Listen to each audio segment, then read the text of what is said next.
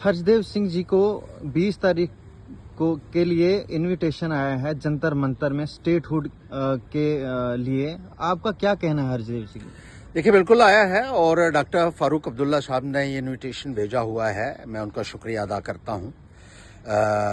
उन्होंने ये इस प्रोग्राम में शामिल होने के लिए हमको कहा है, लेकिन बहुत सारे खदशात हैं इसमें।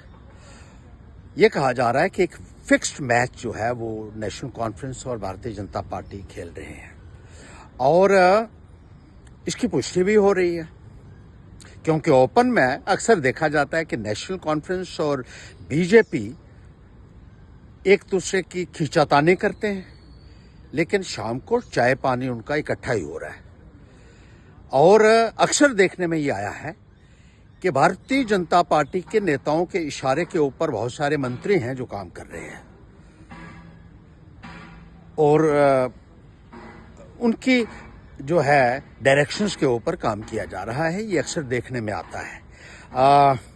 आप देख लीजिए असेंबली के अंदर किस तरह का बड़े जोर शोर के साथ ये खुलासा हुआ था कि भारतीय जनता पार्टी के लोग गैर कानूनी काम करते हैं, गैर कानूनी क्रशर हैं, प्लांट्स लगाए हुए हैं लुक के उन्होंने, और ये कहा गया था कि एक एक के पास भी 4-4 हैं, लेकिन उनके ऊपर कोई गाज नहीं गिरी, कोई उनको पूछा नहीं गया, खुली छूट उनको दे रखी है। और जो अपोजिशन के लोग हैं, दूसरी पार्टीज के लोग हैं, उनको प्रताड़ित किया जा रहा है। मुझे नहीं लगता है कि नेशनल कॉन्फ्रेंस के लोगों का भी आज की तारीख में काम हो रहा हो, लेकिन इनके जो कुछ मंत्री हैं वो पूरी तरीके से भारतीय जनता पार्टी के दबाव में काम कर रहे हैं। They are dancing to the tunes of the BJP leaders.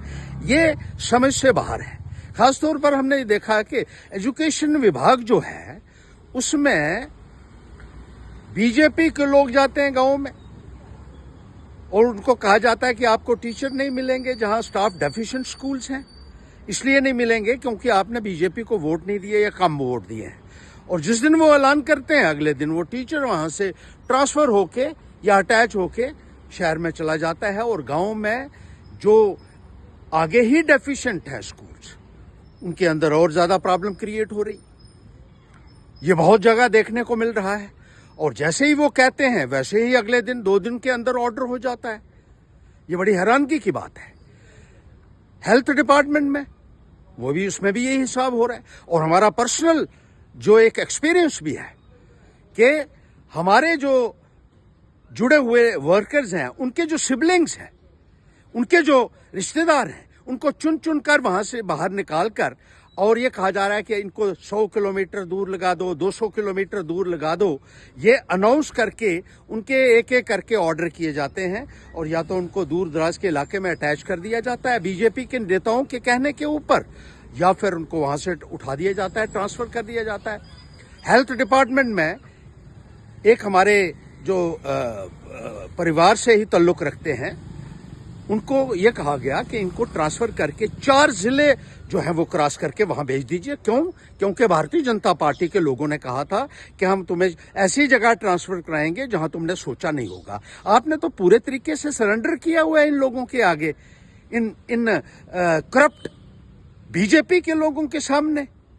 तो ये तो लोग ठीक कहते हैं कि आपकी तो मिली भगत है, अब इकट्ठा जो है वो चल रहे हैं, लेकिन लोगों को दर्शाने के लिए आप ये ड्रामेबाजी कर रहे हैं। अब तो कोर्ट में भी हम लोग गए और कोर्ट से भी हमने ऑर्डर लाए और उन बहुत सारे अफसरों की तनख्वाहें भी हमने बंद करवाई हैं इसमें, लेकिन हर एक केस को कोर्ट में नहीं लाया जा सकता। लेकिन सवाल वही रहता है कि आप बीजेपी के इशारे के ऊपर गैर कानूनी काम क्यों करते हैं? आपको किस बात का डर है?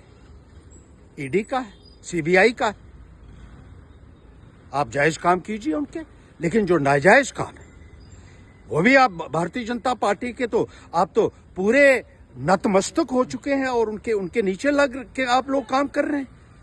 हमने एक स्टैंड लिया है कि जो करप्ट पॉलिटिशियंस हैं या जो बीजेपी की नीतियों के खिलाफ हमने स्टैंड किया है। हम कैसे बैठेंगे उन मंत्रियों के साथ वहां धरने के ऊपर जो बीजेपी की चापलूसी करते हैं और उनके इशारों के ऊपर नाचते हैं और गैर कानूनी काम करते हैं। और बड़ी बात यह है कि कोई मंत्री आपका जो है वो आम लोगों के साथ जो है वो रेपो उसका नहीं है। दूसरी पार्टी के लोगों के लिए आपके पास टाइम ही नहीं है। सिर्फ धरने देने के लिए जाना है हम लोगों ने। टेलीफोन ये लोग नहीं उठाते हैं, मैसेजेस ये लोग नहीं जवाब नहीं देते हैं।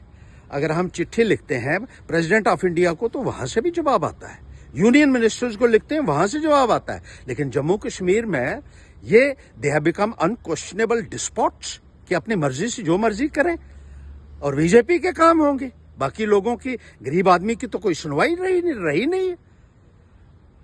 आपको स्टेट मिल जाएगी और पावरें आपको मिलेंगी मंत्रियों को, तो डॉक्टर साहब अगर इनको इतनी पावरों में ये जो है ये इस तरीके का बिहेव कर रहे हैं, अगर इनको और ज्यादा पावरें दे दी स्टेट बना के, तो इनको सातवें आसमान से उतारेगा कौन नीचे? ये भी जरा सोचिए। हम तो स्टेट के हक में हैं, ऐसी बात नहीं है कि स्टेटहुड मिलना चाहिए, लेकिन आप भी देखिए कि ये जो गैर कानूनी काम है, ये जो भ्रष्टाचार हो रहा है, ये जो सुनवाई किसी की नहीं हो रही है, और जिस तरीके से जो बीजेपी के कहने के ऊपर हुकूमत अगर चलेगी तो हम उन मंत्रियों के साथ नहीं बैठ सकते हैं जो भ्रष्ट मंत्रियों के इस वक्त उनकी जो है वो चापलूसी करने में लगे हुए हैं और उनके सामने उन्होंने आत्मसमर्पण कर दिया है। Those ministers who are dancing to the tunes of the BJP leaders, we can not sit with them. ये बात साफ है। लेकिन आपसे ये जरूर कहेंगे कि थोड़ा सा इस निज़ाम को दुरुस्त भी कीजिए, और साथ में महाराजा ये जो स्टेट बनाई गई थी इसको जब तोड़ा गया और इसको डिमोट किया गया तो ये महाराजा हरि सिंह जी की भी एक अपमान करने वाली बात हम समझते हैं। उनकी बनाई हुई स्टेट को उन्होंने जब हिंदुस्तान के साथ विलय किया तो कुछ सोच समझ कर किया था कि जम्मू कश्मीर के लोग यहाँ महफूज रहेंगे, उनके हक महफूज रहेंगे, इसलिए स्टेटहुड के हम साथ हैं, ऐसी बात नहीं है। और जो कानून महाराजा हरि सिंह जी ने बनाए थे कि यहाँ की ज़मीन महफूज रहेगी, यहाँ के जॉब्स महफूज रहेंगे, वो मसला भी इसके साथ रखिए कि आपको स्टेटहुड जब लेना है तो साथ में यहाँ की ज़मीन और यहाँ के जॉब्स भी जो हैं वो सुरक्षित रहने चाहिए। आप ऐसा करते हैं तो मुझे लगता है कि आपको काफ़ी सारी सपोर्ट यहाँ के नौजवानों से और यहाँ के लोगों को इससे भी मिल सकती है। और जो हमने एक इल्तजा जो की है कि जिस तरीके से ये निज़ाम को चलाया जा रहा है इन मंत्रियों द्वारा, इनके थोड़ा सा इनके दिमाग को सही कीजिए, थोड़ा सा इनको कहिए तेल वेल लगाया करें सिर के ऊपर। और इस तरीके से एरोगेंस से कोई सरकार नहीं चलती है। ये मेरी एक बहुत बाराना गुजारिश डॉक्टर फरूक साहब से है।